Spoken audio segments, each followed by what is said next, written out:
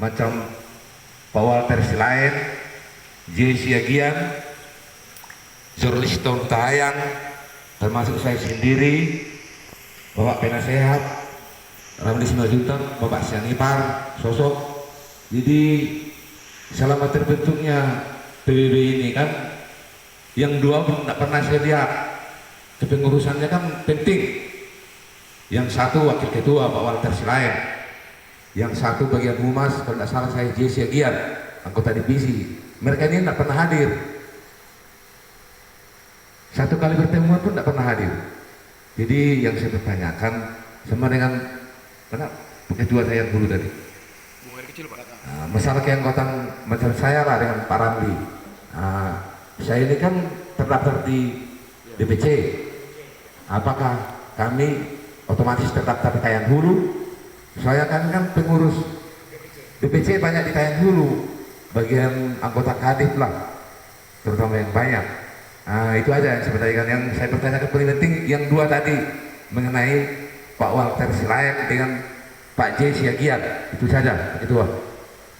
Baik, kami dari DPC berharap yang sudah menjadi pengurus DPC, ini harapan kami ya, tapi kembali nanti hak daripada rekan juang.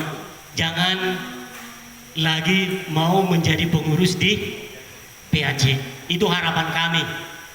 Kalau semua nanti mengundurkan diri dari pengurus DPC, maka tidak ada lagi pengurus DPC. Jadi harapan kami itu mohon, namun dengan catatan kalau harus menjadi pengurus PAC, maka itu tadi syarat mutlaknya buat surat pengunduran diri yang ditunjukkan kepada DPC, tembusannya ke DPD, baik dengan cara tulis tangan pun, asal ada kalimat dengan ini saya yang bertanda tangan di bawah ini, selanjutnya ya, kira-kira begitu bunyinya untuk pengunduran diri itu. Silakan. Lain. Jadi untuk menambahkan sedikit mengenai keanggotaan, memang kami hari itu sudah ada rembukan di Tayan Hulu. Jadi keanggotaan alangkah baiknya dia keanggotaan di masing-masing PAC, jangan ada keanggotaan di DPC. Kalau seandainya kepengurusan DPC bisa anggota PAC ditarik. Jadi misalnya kayak ketua bendahara sekarang kan, keanggotaannya di PAC masing-masing. Tapi kalau kepengurusan DPC bisa dari PAC, jadi keanggotaan itu diserahkan ke PAC aja.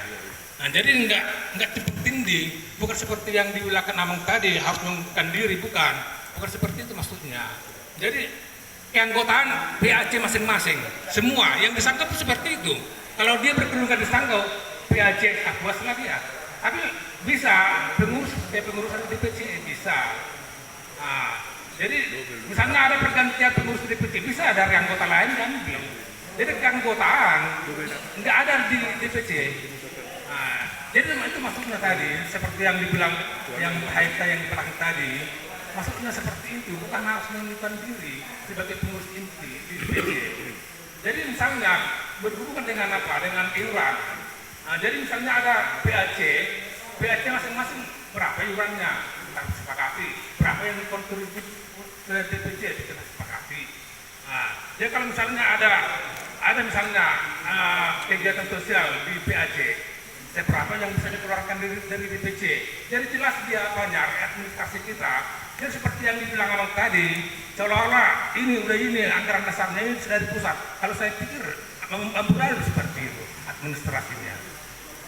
Saya pikir bukan seperti itu administrasinya. Jadi tadi sudah kayak memang saya lihat ada pertanyaan dari sini ditanggapi dengan suasana yang enak seperti itu. Jadi maksudnya di situ kan, kepengurusan itu jelas apakah seperti tadi nggak harus dia menentukan diri, tapi dia keanggotaan di PAC dia. Jadi walaupun keanggotaan PAC, dia anggota pengurus DPC, kalau nggak bisa tempang titik keanggotaan kepengurusan, bisa aja dia nanti di PAC nggak jadi kepengurusan, tapi keanggotaannya di DPC. Jadi enak terkoordinir. Baik, jadi misalnya di Tayan Hulu lah, ada kawan-kawan di sini, ada banyak terdaftar di DPC. Nah, jadi ada kegiatan diundang untuk kegiatan rapat, nggak pernah datang karena merasa anggota di DPC sih. Nah, anggota DPC. Nah, jadi ada berapa orang aja yang datang untuk menghadapi seperti ini, hal-hal seperti ini dibicarakan. Ada beberapa orang aja yang merasa dia anggota DPC nggak datang dia. Nah, jadi itu yang harus seperti itu. Jadi kalau bisa keanggotaan diserahkan ke DPC. Jadi anggaran dasar di DPC ada. Nah, jadi misalnya kegiatan di PAC bisa membuat sesuatu kontribusi di luar ada banyak bahan dari DPC. Seperti itu mungkin. Satu lagi yang mungkin saya mengenai tadi sampai di mana kita kontribusi kita kepada orang yang termasuklah yang meninggal, seperti yang terjadi di Sosok, seperti ada beberapa kali terjadi.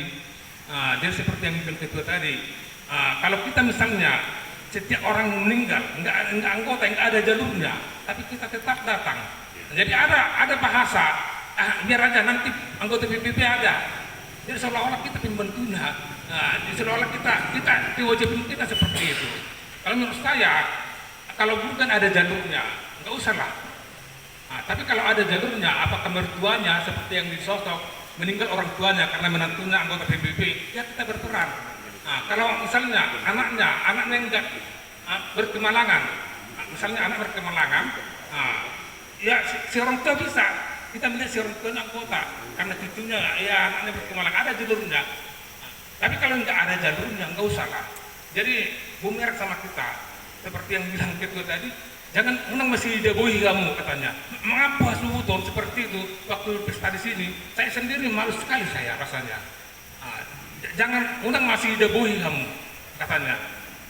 Karena memang ada burung sebaju meninggal, PBB nggak ada hadir di situ, nggak ada jalurnya memang. Tapi sebelumnya kita udah hadir di Gersang, Manggersang, nggak ada dulu yang saya pikir kita hadir, kita tekan les.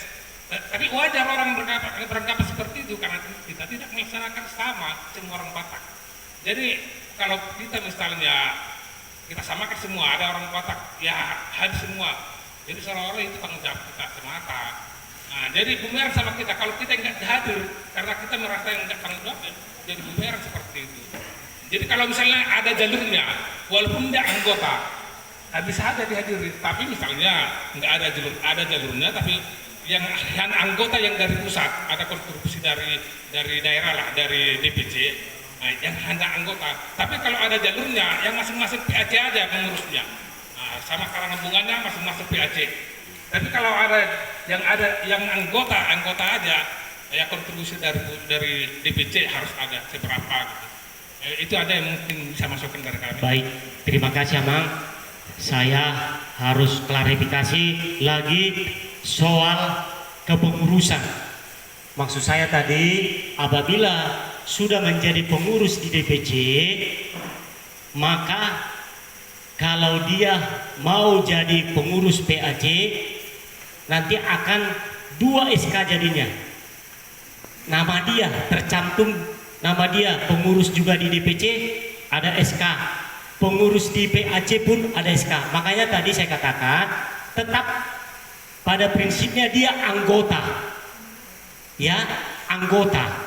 Namun kalau dia mau menjadi pengurus PAC misalnya, yang sudah menjadi pengurus DPC, itulah tadi saya katakan harus mengundurkan diri sebagai pengurus DPC supaya nanti SK itu jangan double, maaf ya, ini harus kami sampaikan. Namun pada prinsipnya dia tetap anggota, kalaupun misalnya apalagi dia mau jadi pengurus PAC, ya tetap dia dapat SK, tapi bukan lagi tingkat DPC, melainkan tingkat PAC. Ini mungkin yang perlu saya sampaikan soal itu Amang.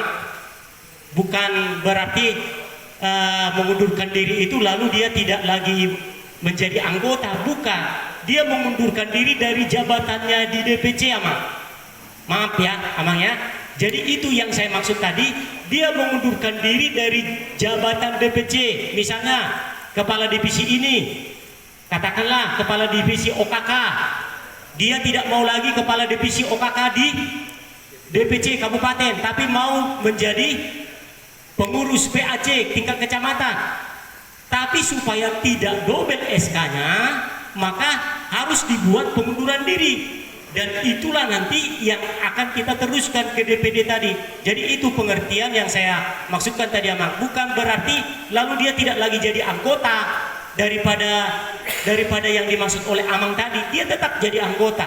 Bahkan kalau menjadi pengurus tadi malah lebih tetap jabatannya ada di PAC tapi bukan lagi di DPC. Itu kira-kira yang perlu saya sampaikan masalah itu.